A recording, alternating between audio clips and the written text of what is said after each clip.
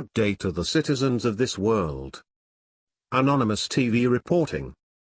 Fidel Castro, the fiery apostle of revolution who brought the Cold War to the Western Hemisphere in 1959 and then defied the United States for nearly half a century as Cuba's maximum leader, bedeviling 11 American presidents and briefly pushing the world to the brink of nuclear war, died Friday.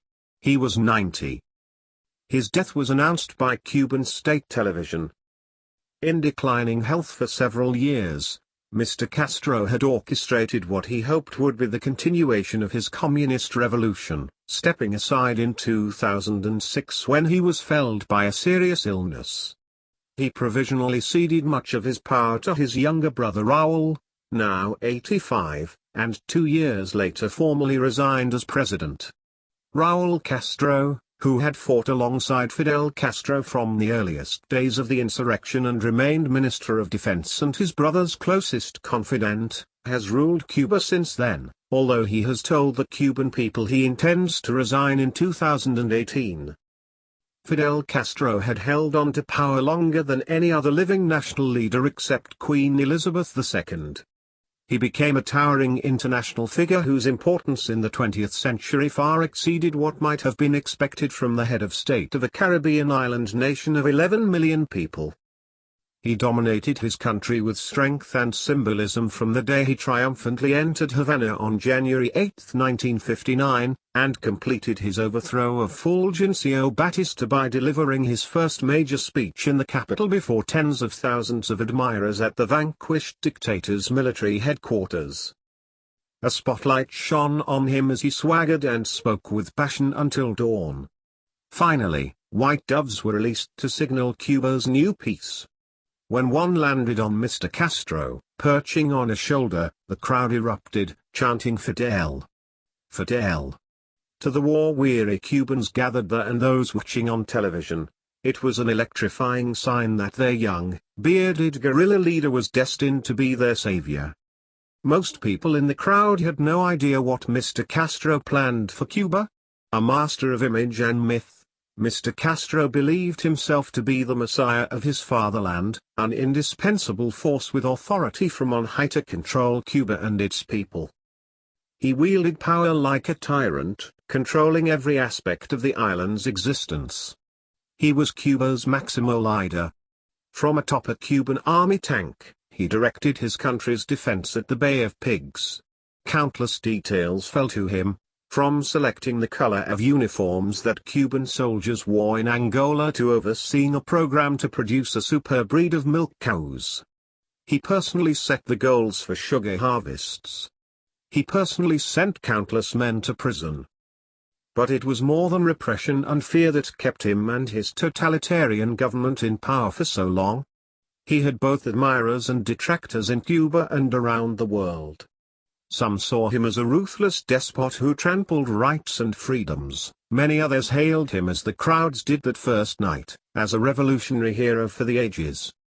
Even when he fell ill and was hospitalized with diverticulitis in the summer of 2006, giving up most of his powers for the first time, Mr. Castro tried to dictate the details of his own medical care and orchestrate the continuation of his communist revolution, engaging a plan as old as the revolution itself.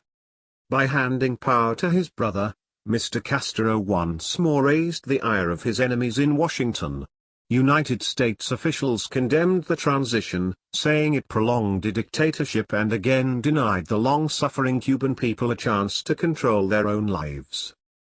But in December 2014, President Obama used his executive powers to dial down the decades of antagonism between Washington and Havana by moving to exchange prisoners and normalize diplomatic relations between the two countries, a deal worked out with the help of Pope Francis and after 18 months of secret talks between representatives of both governments. Though increasingly frail and rarely seen in public, Mr. Castro even then made clear his enduring mistrust of the United States. A few days after President Obama's highly publicized visit to Cuba in 2016, the first by a sitting American president in 88 years, Mr. Castro penned a cranky response denigrating Mr. Obama's overtures of peace and insisting that Cuba did not need anything the United States was offering. To many, Fidel Castro was a self-obsessed zealot whose belief in his own destiny was unshakable, a chameleon whose economic and political colors were determined more by pragmatism than by doctrine. But in his chest beat the heart of a true rebel. Fidel Castro, said Dr. Henry M. Riston, president of the Council on Foreign Relations in the 1950s and early 60s, was everything a revolutionary should be. Mr. Castro was perhaps the most important leader to emerge from Latin America since the wars of independence in the early 19th century. He was decidedly the most influential shaper of Cuban history since his own hero, José Martí, struggled for Cuban independence in the late 19th century. Mr. Castro's revolution transformed Cuban society and had a long-lasting impact throughout the region than that of any other 20th-century Latin American insurrection, with the possible exception of the 1910 Mexican Revolution.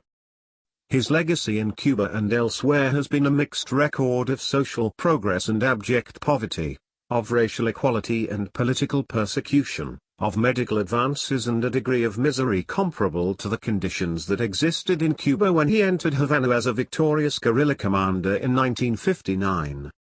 That image made him a symbol of revolution throughout the world and an inspiration to many imitators. Hugo Chavez of Venezuela considered Mr. Castro his ideological godfather. Subcommander Marcos began a revolt in the mountains of southern Mexico in 1994, using many of the same tactics. Even Mr. Castro's spotty performance as an aging autocrat in charge of a foundering economy could not undermine his established image.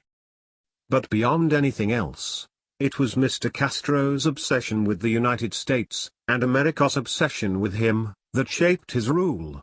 After he embraced communism, Washington portrayed him as a devil and a tyrant and repeatedly tried to remove him from power through an ill-fated invasion at the Bay of Pigs in 1961, an economic embargo that has lasted decades, assassination plots and even bizarre plans to undercut his prestige by making his beard fall out. Mr. Castro's defiance of American power made him a beacon of resistance in Latin America and elsewhere, and his bushy beard, long Cuban cigar and green fatigues became universal symbols of rebellion. Mr. Castro's understanding of the power of images, especially on television, helped him retain the loyalty of many Cubans even during the harshest periods of deprivation and isolation when he routinely blamed many of Cuba's ills on America and its embargo. And his mastery of words in thousands of speeches, often lasting hours, imbued many Cubans with his own hatred of the United States by keeping them on constant watch for an invasion, military, economic or ideological, from the north. Interactive feature, Castro's Revolution, illustrated. Thousands of posters were commissioned by the government to promote his vision of a socialist society. Over many years Mr. Castro gave hundreds of interviews and retained the ability to twist the most compromising question to his favor. In a 1985 interview in Playboy magazine, he was asked how he would respond to President Ronald Reagan's description of him as a ruthless military dictator. "Let's think about your question," Mr. Castro said, toying with his interviewer. "If being a dictator means governing by decree, then you might use that argument to accuse the Pope of being a dictator." He turned the question back on Reagan. If his power includes something as monstrously undemocratic as the ability to order a thermonuclear war, I ask you, who then is more of a dictator, the President of the United States President? Sincerely yours, your Uber driver. We are the truth that's hiding in the dark. We are the last stand for humanity. We are your neighbors. We are humanity. We are a legion. And we are now. We do not forgive. Expect us. We do not forget. Expect us. Sincerely yours. The sanitation man. Expect Special us. shout-outs and on Hive. Inspect. Operation Second. And the Anonymous Collective. And I have to start again. Just my children and my wife. I thank my lucky